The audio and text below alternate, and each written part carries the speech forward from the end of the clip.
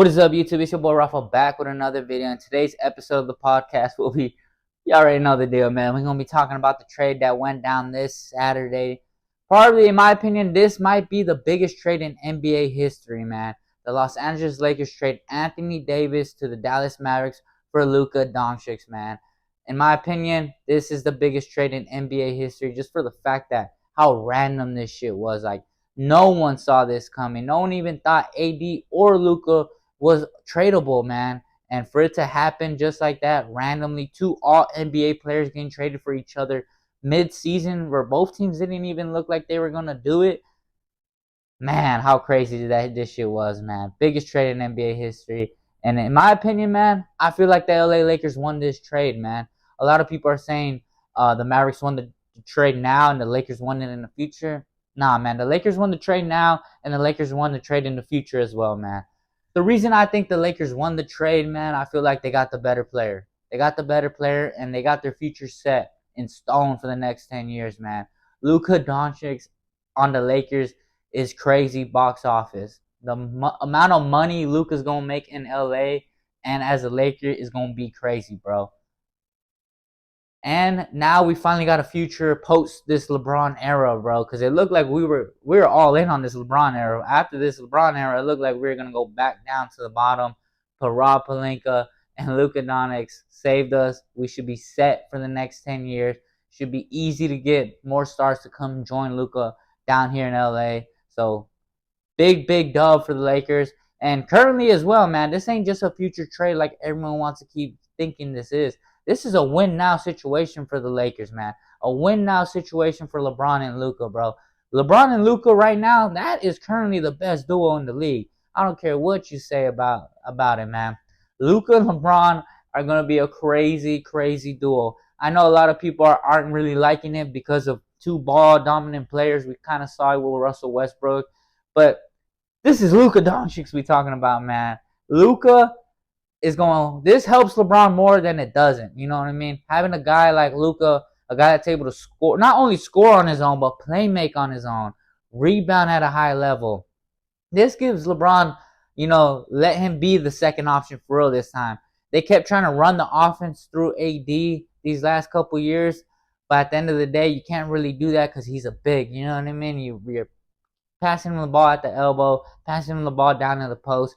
Can't really get a lot of playmaking done that way. You get a lot of scoring done, but you don't get the playmaking just in case AD can't. Because once AD can't score and once the defense is, closing in on that, it's hard for our offense to flow. Our offense has been looking very terrible if AD's not cooking and if LeBron's not cooking. Now we got Luka Doncic that could actually have this offense flowing to a crazy level. Get these 3-and-D guys actually getting the spot open 3-point shots.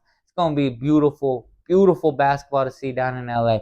The only thing they are missing, though, and they've been missing this shit for years, Anthony Davis even told them, we need a center. We need centers, bro. We need to make a big trade and get ourselves a center.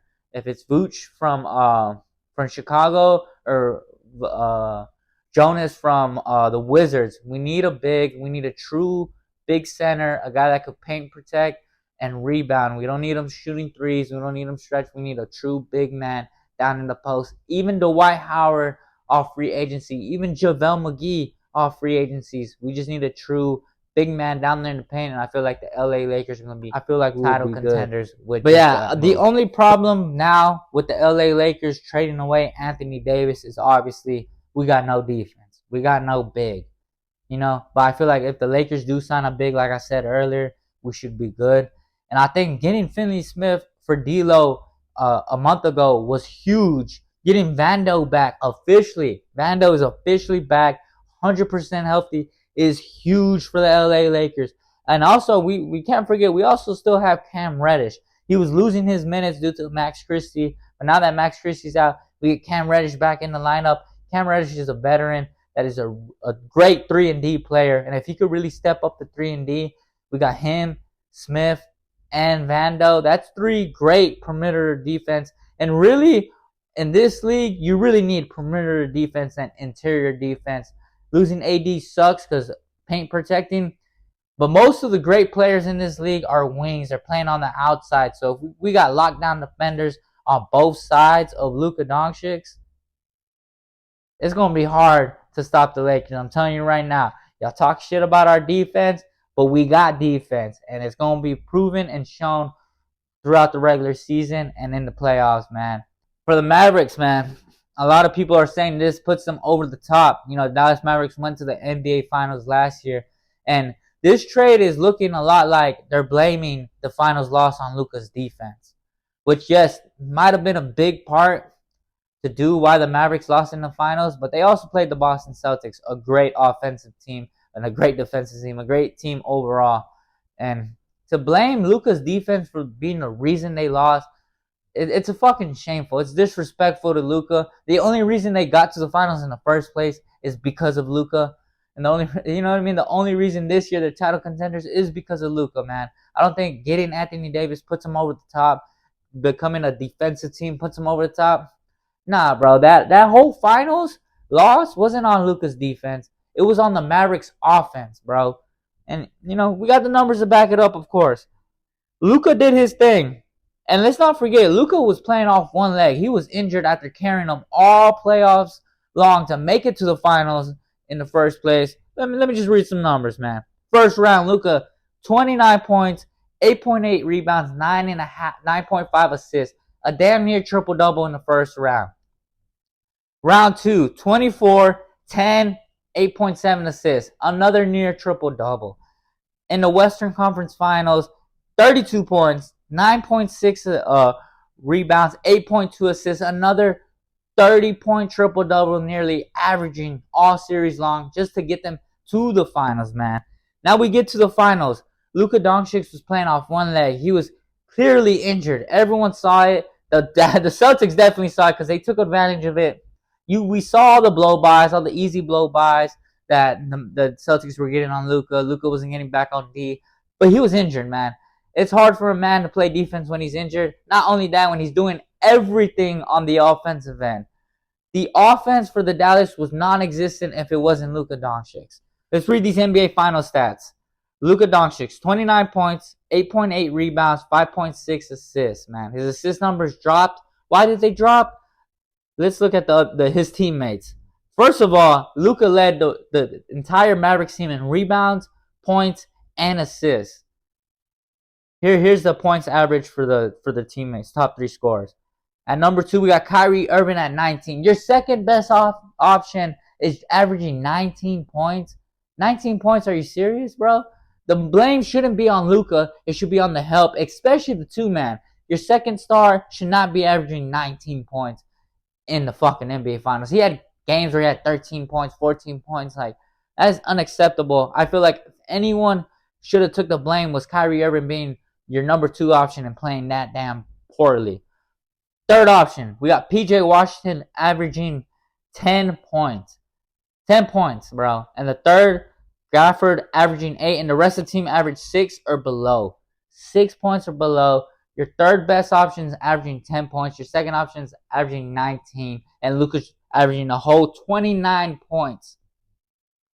Like I said, the problem with the Mavs in the finals wasn't Luka's defense. It was the Mavericks' offense, the lack of offense. Not only on offense, they live and die by that 3. The Mavericks are a 3-point shooting team. They're going to live and die by it. In Game 1 and Game 2, bro, the whole entire team had 3 3-pointers in Game 1. Luka had 4 in Game 1. In Game 2, the entire team had 2. They made 2 threes in the entire Game 2, and Luka had 4 again. The first 2 games, they weren't shooting shit from 3, bro, and that's what was the main reason they lost, because they lived and died by that 3. They were shooting the 3 amazingly throughout the playoffs, and that's why they got so far. And why were they shooting that 3 ball so good? Who do you think was setting them up with the assist, with a perfect pass, perfect placement? Luka. But we'll get to that. Game 3 and Game 4 are the only games in that 5-game series in the finals that someone not named Luka scored over 20.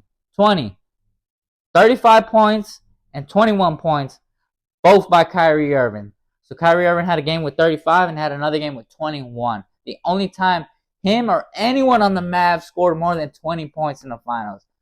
Like I said again, this wasn't a defensive thing. This was an offensive thing. The Mavericks had no offense in the finals, bro. Luka was playing hurt. He was trying his hardest, and the rest of the Mavs shit the bed and played like shit on the offensive end. Like I said, Luka did play bad defense, but he was injured, and the coaching staff should have known that. They should have made the defensive schemes around that, but they didn't. Now we got more numbers to look at, because that's what it's looking like. At the end of the day, Nico's comment saying that defense wins championships and all that bullshit, man. The only reason they were in the finals in the first place is because of Luka's offense. And they ain't gonna have Luka's offense. They gonna have better defense, but they ain't getting out the first round, bro. I'm telling you right now, if the Mavericks even make the playoffs, because they might be in the play-in and they might be bouncing the play-in, they first round exits for sure, because that offense is gonna show in the playoffs. That offense is gonna lag like a motherfucker. They gonna have great defense with AD, but they ain't gonna have no offense. But yeah, it's crazy, man. I think it's a lot more deeper than, defense wins championships. I think it has to be something more personal between Nico and Luka for it to get this crazy. A lot of people are also saying they were concerned about his conditioning and all that, but I feel like that's bullshit, man. Fuck the conditioning. Luka's Luka, bro. He ain't gonna be no fucking. His body is his body, bro. I mean, as hard as he works on it, it ain't gonna change. Just look at Jokic, man. Jokic is a perfect example. The Nuggets, I mean, of course, you got to stay in shape. You got to be ready to go up and down that court for 82 games and shit, and throughout the playoffs and the finals, long minutes and all that. But Luka plays long minutes. Luka plays a shitload of minutes. Same with Jokic. They ain't in the best shape, but they play the game at their own pace, bro. They play the game at their own pace, and that shit is still unguardable. They're able to play at their own pace, and the defender cannot switch that. They can't speed them up. They can't slow them down. They're gonna play at their own pace, and they're gonna get their buckets, bro. It's been proven. Luka's been doing this for the last fucking 7 years, and all of a sudden now you're worried about his health. I feel like that's just a stupid excuse. I think it's the easiest excuse to use, because we've been making fun of Luka's weight, Luka's fucking body for the last couple years. But I feel like it was the easy way to explain the reason why he traded him. I don't think it should have been the reason. I feel like that is stupid. If you're saying you're blaming it on his defense, you're blaming it on his body, that's bullshit. Because a player at his age, 25, in his prime, you're gonna give up on him that quick over little bullshit like that you could really fix, that you could really talk about and help him out with, or bring in players that could help him with the defense, or bring in training staff that could help him with his body and all that. Invest in that player. He's your caliber. He's your all-star franchise player, bro. I think what it really boiled down to is Luka Doncic was eligible this summer to sign that $345 million extension. That's a lot of motherfucking money, bro. A lot of money. And I felt like the Dallas Mavericks just didn't want to pay it, bro. They wanted to be cheap. They wanted to find a way to get out of it, and they got out of it, man. I feel like Luka would have definitely signed that. No hesitation. Ain't no one passing up $345 million. And it looked like Luka wanted to stay there for the rest of his life. He got traded to Dallas. He's been to the finals, been to 2 Western Conference finals already with them. Dallas is his city. I feel like he is a great fit in Dallas. He loves it there. I felt like he was going to sign that extension, no problem. But I feel like that was the problem for the Dallas Mavericks. They didn't want to give up that money. That's a lot of money. And now with the trade, Luka is missing out on $116 million now due to not being able to sign that Supermax extension with the team that drafted him. Now, since he got traded to the Lakers, he'll be able to sign that extension, but it's going to be $116 million cheaper, which sucks for Luka. But I'm telling you, you're going to make all that money back and then some in LA, bro. All the endorsements, the commercials, the movies.